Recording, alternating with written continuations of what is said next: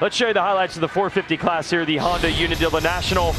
Jett Lawrence on the precipice of history today as he tries to not just win this championship as a rookie, which is pretty rare, but not unprecedented. What is for a rookie to win every single moto all year, and he has that run going, 16-0 coming into Unadilla, but there was some competition today. Now Lawrence gets a great start. He's able to control the lead early, battling it out with the visitor from Estonia, Harry Kulas, who nailed 2 great starts today, and Garrett Marchbanks in 3rd, but Chase Sexton, watch him about 5th. Going to work his way forward quickly. Yeah, I mean, Jett did exactly what he needed to do as we were watching Jason Anderson go down with Ty Masterpool. And good ride by Ty. He was able to get up to, I think, 8th to 9th that first moto, but definitely not his fault. Jason went into him, but yeah, Jett was out front as we were watching. Justin Barsha was down in that first corner a little bit earlier, and a guy who rides on the clutch, it's going to be hard for him to ride without a clutch.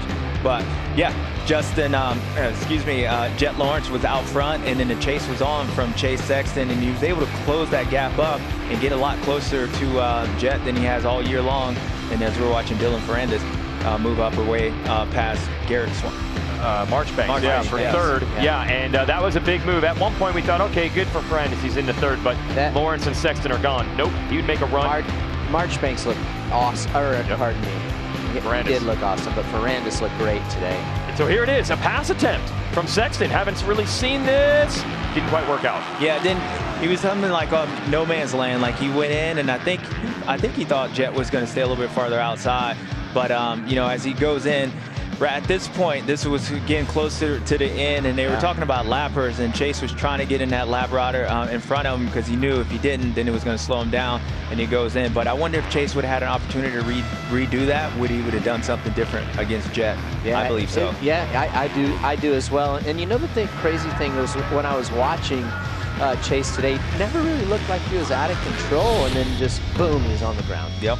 So how close Ferrandis got there at the end. Great ride for Ferrandis. And we go to Moto2. Ferrandis, he's on the lower right. Horrible start. And Lawrence up front again with Kulas. Well, and that's the thing. You know, Ferrandis was really good that first moto, closing down on Jett. Even Jett said he was nervous about him, and then he just got a terrible start. But Jett executes every time he needs to do it. He knew Dylan had the momentum coming in his moto, but he executes. He's out front. Chase Sexton, from his momentum from that first moto, believing that he could do it. Jett's in front of him, and as we're watching 2 teammates battle, Jason Anderson to recover from that first moto. But yeah, you can't say much. Jett's putting those guys in positions to take these chances and have to override the motorcycle, and he's out front. Like I said, we can make speculation, we can build some narrative, but I'm to the point, if you got go ahead and go beat him. Otherwise, I'm tired of talking about it. This got wild here. Ferrandis is trying to get Anderson. They came together. Anderson actually goes down. That'll put Ferrandis 1 position further up to 3rd. But this time he was too far back to make a run at anybody. And Jett was able to pull away. Not as much of a challenge from Sexton here in the 2nd moto. And the only thing left to do was to crown him. Yep, and he does. And ladies and gentlemen, your 2023 AMA Motocross champion, Jett Lawrence. Congratulations, kid. You earned it. You earned it. 18-0. Incredible. There's Hutch right there, giving him a hug. Yeah, this is big for everybody over at Honda who had struggled for almost 20 years to get any 450 title. Now they've won 2 in a row with Supercross and Motocross, and you can see the emotions now. Yeah, look at that. I love seeing raw emotion like that from great athletes and winners. And, you know, you just think of the things, at least how it was for me, James. I don't know how it was for you. You just reflect on all the hardships and the sacrifices that your family made, you made, and just the trials and tribulations. Tough. Yep. Good to see. Here are the results. Lawrence goes 1-1. Again, Sexton and Ferrandis on the podium. They would be expected to be his closest challengers to try to prevent the perfect season. 4 motos remain. See if Lawrence can get that done. Look at that cool eyes. Yeah. That's a great finish.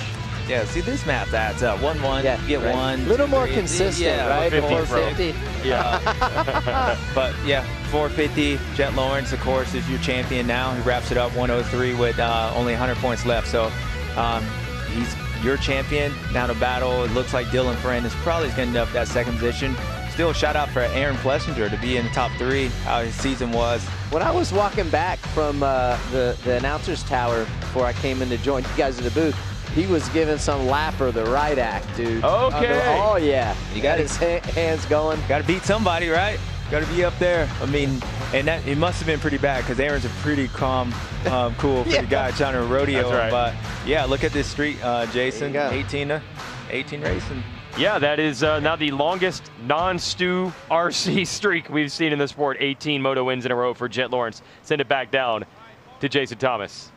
Well, speaking of and seeing Jett Lawrence, Jett, I have to ask you now, I've been trying to be nice about this. We've gone through all the motions, but the championship's over now. We have to talk about going perfect and your thoughts on it. It's a big deal now. Stu and Ricky are here, and they would say that it's not going to count because you can't go 24-0.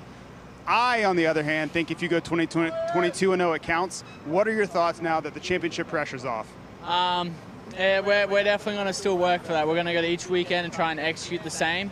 But I have a chance to even one-up those guys. See, they may have 24-0. I still got the Super Motocross, which is technically it's motocross, but it's a super. So I can technically get, 25? So if things go right with the last 2 rounds, who knows? I might beat Ricky and James, but we just don't know yet. We're gonna try. I'm gonna try my best.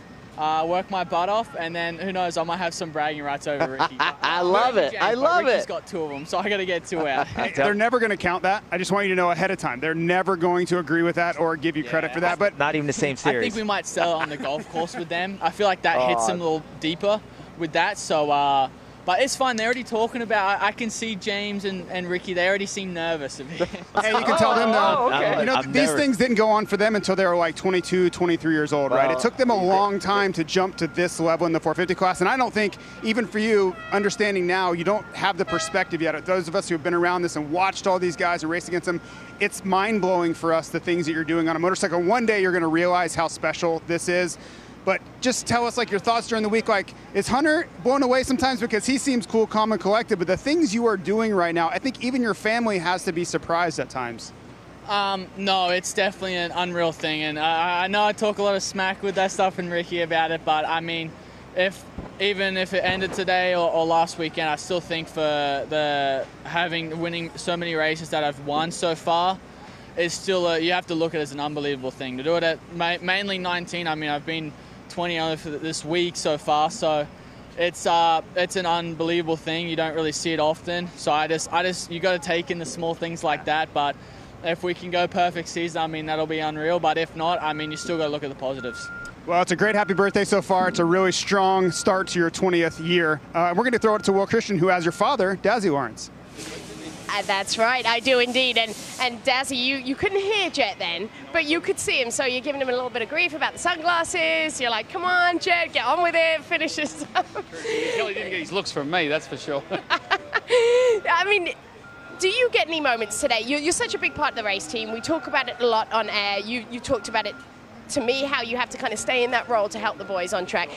But these are the moments, right? This is a championship. We haven't finished out the season. There's still the goal, as JT was just talking, of going perfect throughout the season. But do you get those moments today? Could you be Dazzy Dad today? Could you do it? You can't, because the last thing you want is a 20-year-old Jett to start to relax and think, oh, yeah, I've done my job, and then all of a sudden you're muscling a 240-pound bike around a track and he injures himself.